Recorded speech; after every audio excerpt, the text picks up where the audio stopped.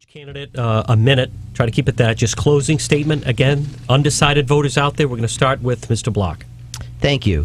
There's a lot of undecided voters out there for very good reason, because the other candidates sitting at this table here with me today haven't given them a specific proactive, positive reason to vote for those candidates. There's a lot of negative reasons, and everyone's playing the game of, well, I'm a little bit better than the other guy, so that should be good enough. It isn't good enough, and we deserve much better than what we're getting out of our candidates, and we need much better than what we're getting out of our government. We need positive messages. We need a vision. And there's very little vision that's out here. There's some unicorns and some rainbows being talked about, but we really have to get serious about fixing the problems that we have with specific plans, and we're just not getting it from the other candidates. Mr. Caprio. Yeah, this morning I was campaigning at the train station in downtown Providence. There were, hundreds of commuters that are getting on trains having to go to Boston to work, and a woman and I were chatting, and her name was Mary. She was from Warren, and she said she used to have a real good job in Providence, and she lost that job. The company went out of business, and she scrambled, and now she's finally found a job up in Boston. And it obviously takes her a lot more time, effort, and energy to get back and forth to Boston. She's making about half of what she made in her old job. And she's saying she's been following the campaign, and she said, Frank, you're the only one that's talking to people like me, that are people that are struggling, people that just, are throwing up their hands saying, how can I get by?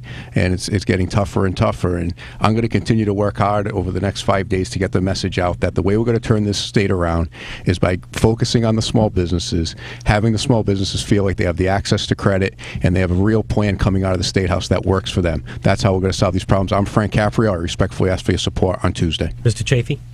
Yes, I agree with Mr. Caprio that times are bad in the state. There's no doubt about it. I think it's the worst I've ever seen. But despite that, I do think we're going to turn things around. I do believe that. And we've made some great investments in the Knowledge District by moving 195. Yesterday, we cut the ribbon on the new train station connected to the airport. We built a road into Quonset, and we've connected Quonset to the freight rail system. These are all huge investments we've made that can grow the economy. The key is who's the leader that's going to take us that next step to bring our people back to work.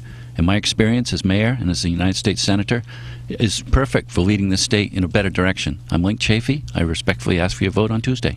John Robitaille. Thanks, John. I am extremely optimistic that we can turn Rhode Island around, but Rhode Island's going to have to make a choice.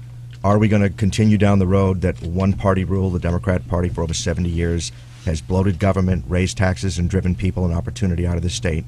Look, I'm the only candidate who has taken a pledge to cut taxes, cut spending, and work with the private sector to create the kinds of jobs that we need. Look, people want fair and affordable government. They want fair and affordable solutions to the myriad problems that we have facing us today. But I talk to people, too. I talk to people who are being driven out of their homes, small business owners who have shuttered their businesses, students who are leaving because there's no opportunities here. We can fix this, but the only way we're going to fix this is to cut spending, balance our budget, and do the right things for the long term, and stop these knee-jerk, short-term reactions done by political politicians who have ruined the state. They've broken it. They can't fix it, but I can with their help, with your help.